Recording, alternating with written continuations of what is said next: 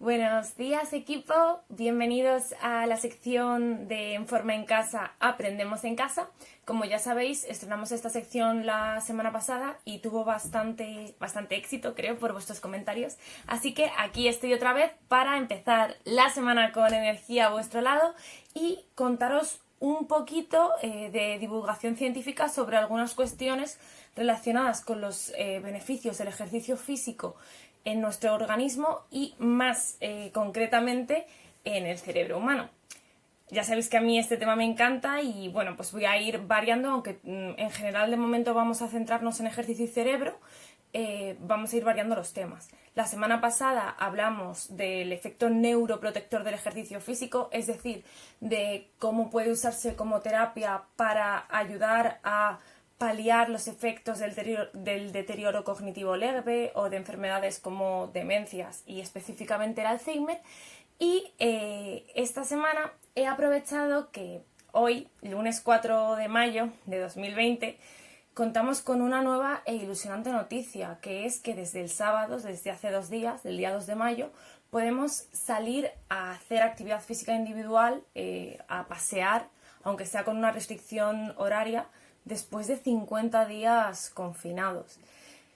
¿Qué pasa? ¿Cómo influye esto no solo a nuestro organismo, sino a nuestro cerebro, ¿no? Vamos a centrarnos en este taller en la relación entre ejercicio o actividad física y el estado de ánimo. Antes de entrar en este tema, desde Enforma y la Comunidad de Madrid, queremos hacer un llamamiento a la responsabilidad y pediros que por favor os iniciéis de nuevo en la actividad física al aire libre de manera progresiva, porque nuestros cuerpos, aunque hayan estado activos en casa, gracias al programa En Forma y a vuestra supermotivación y otros vídeos u otros compañeros que han estado compartiendo contenidos, nuestro cuerpo todavía necesita readaptarse a esa nueva condición que será realizar ejercicio físico en la calle. Así que, por favor, cabeza, despacito, distancia de seguridad, medidas de protección. Ya os hicimos llegar las recomendaciones del gobierno, pero aún así podéis encontrarlas en nuestra página web, en las redes sociales, así que estar muy atentos. Bueno, vamos al lío. Bueno, como ya sabéis, los trastornos mentales o los trastornos más específicamente del estado de ánimo, como podría ser la depresión, afectan a un elevado porcentaje de la población española y mundial. De hecho, el estrés, la ansiedad, la depresión son uno de los males, junto con el sedentarismo, que no se nos olvide, de nuestra época, de nuestro tiempo.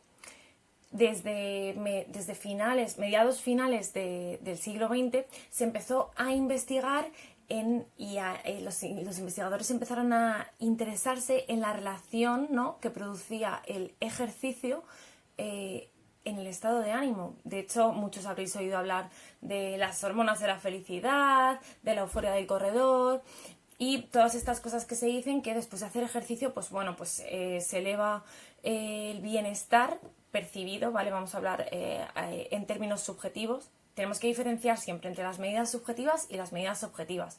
Medidas subjetivas son aquellas que nosotros podemos expresar bajo nuestra percepción y nuestra opinión, y luego están las medidas objetivas, que serían aquellas que se miden, como podría ser análisis de glucosa en sangre, frecuencia cardíaca. Es decir, que no es que nosotros digamos, oye, pues yo creo que tengo 160 pulsaciones. No, me la miden y efectivamente las tengo, ¿no? Obviamente las objetivas dan menos margen de error.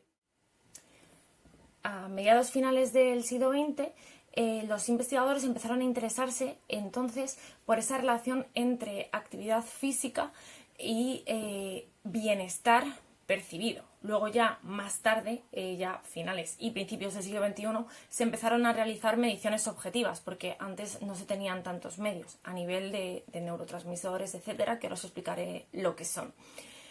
De hecho, pues bueno, parece que las personas que realizan deporte son más felices. Esto puede atribuirse tanto a los beneficios de llevar un estilo de vida o unos hábitos saludables, como al hecho de que el propio deporte realmente realiza un efecto o supone un efecto en nuestro organismo, más allá que mejora del músculo, mejora por lo tanto también de nuestra imagen corporal, que eso también va a hacer que mejore la autoestima, ¿no? Sino a un proceso más complejo respecto a las sustancias que se producen o que se agrega a nuestro cuerpo, ciertos órganos, después de la práctica deportiva, que de hecho son equiparables a estar pues media hora riéndose, un abrazo de tu madre, una persona que quieres mucho, lo que sentimos en las primeras fases del enamoramiento, la actividad sexual, etc. De hecho, estas hormonas de la felicidad, que ahora os voy a introducir, son equiparadas también, o son como llamadas los opiáceos, ¿no?, del cerebro, es decir, están muy relacionadas con los efectos que estas drogas producirían. Entonces, bueno, pues es algo que tenemos que tener muy en cuenta y que desde luego ha llamado la atención no solo de los investigadores, sino también de la población. A mí es algo que me llamaba mucho la atención, el decir, jolines, estoy triste, tengo muchísimo estrés, estoy agobiada y salgo a correr, aunque sea 2 sprints o me doy un paseo, y aparte de dejar la mente en blanco, ¿no?, que sería como un poco el ejercicio, es como la meditación activa. Dentro de las medidas subjetivas que mejora el ejercicio físico, especialmente centrándonos en población adulta mayor, que en general pues, sois muchos de nuestros usuarios, o adultos o mayores, encontramos que más allá del equilibrio, la mejora funcional y un poquito el autoconcepto, cómo se autoperciben las personas después de llevar un tiempo realizando actividad física, vamos más allá y vemos que se encuentran mejoras en las relaciones positivas con los otros, es decir, induce a la socialización, en el crecimiento personal y propósitos de la vida.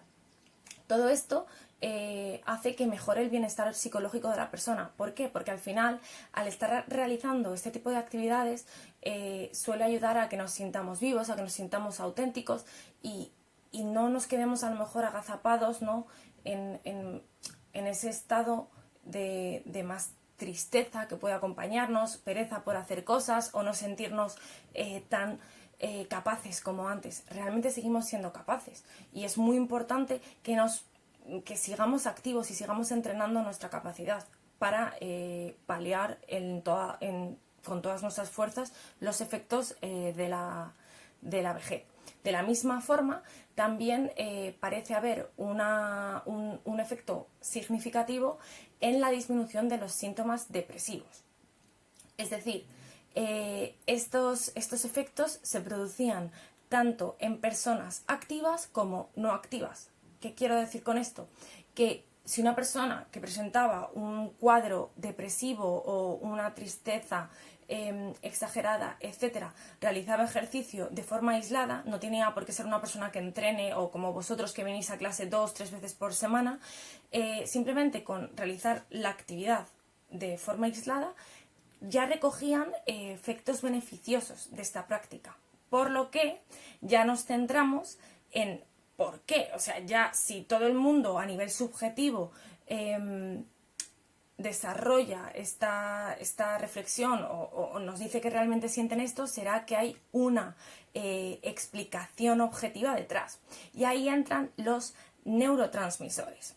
¿Qué son los neurotransmisores? Son un tipo de sustancias, específicamente hormonas, que realmente tienen distintas funciones y distintas composiciones. Obviamente no vamos a entrar ahí porque es algo muy complejo y que yo misma desconozco, pero bueno, con que sepáis que son biomoléculas que son necesarias para que transportemos la distinta información que percibimos y también sobre nuestras conductas, lo que sentimos, etcétera, vale.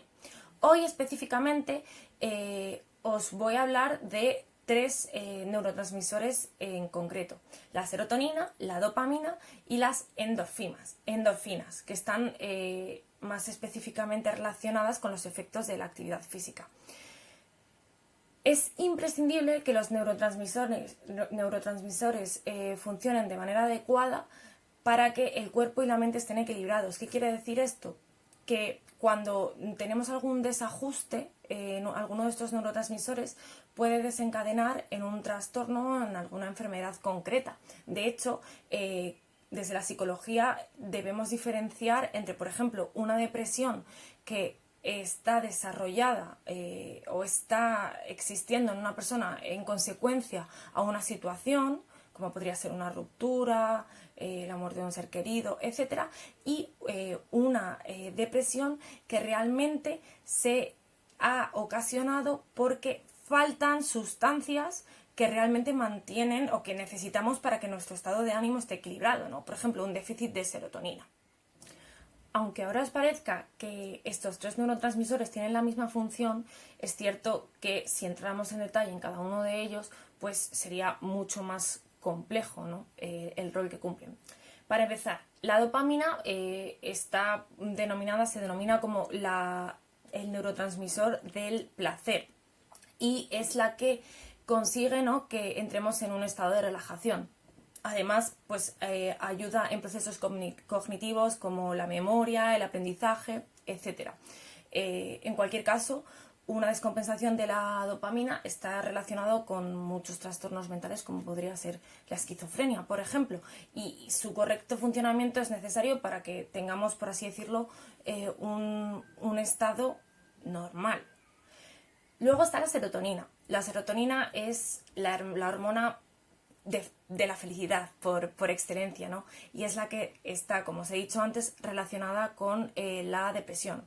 También influye mucho en el sueño y en el estado de ánimo. Es la que nos produce pues esos estados de bienestar, de euforia, de qué feliz me siento ahora mismo, ¿no? Cuando nos da un subidón de serotonina, y cuando falta pues nos sentimos más cansados porque además no dormimos igual de bien, perdemos el apetito, nos sentimos más tristes, etc. En cuanto a las endorfinas, como bien veis que su nombre está en plural, son un grupo de hormonas, de sustancias químicas que segrega nuestro cerebro, se segregan en la hipófisis y después por así decirlo, reparten a todo nuestro organismo. Dentro de las endorfinas están la serotonina y la dopamina, ¿vale? Os las he sacado fuera porque, por así decirlo, también son las más mencionadas aparte, pero dentro de las endorfinas pues podría estar la oxitocina, los otros péptidos, los opiáceos, es decir, un montón de hormonas, ¿vale? Entonces, que cuando hablamos de la respuesta cerebral o en los neurotransmisores que produce el deporte, siempre el resultado es una elevación de las endorfinas. Esto se ha demostrado de forma científica.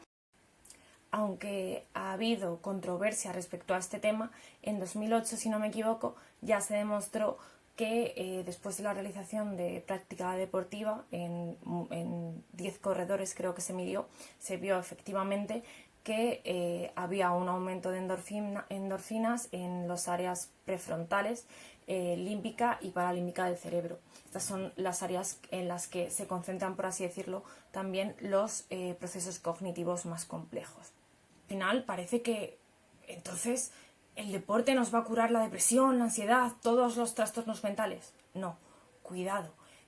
Lo primero, es muy importante que se realice ejercicio con cabeza, como os enseñamos desde el programa, porque al final el cuerpo y el cerebro mismo tiene que adaptarse. Es decir, si yo no puedo empezar intentando correr 5 kilómetros, porque obviamente no lo voy a conseguir y eso va a producir que me sienta frustrado, que me sienta triste, que me sienta incapaz. Entonces, obviamente, hay que regular siempre la práctica y hacerlo de forma responsable.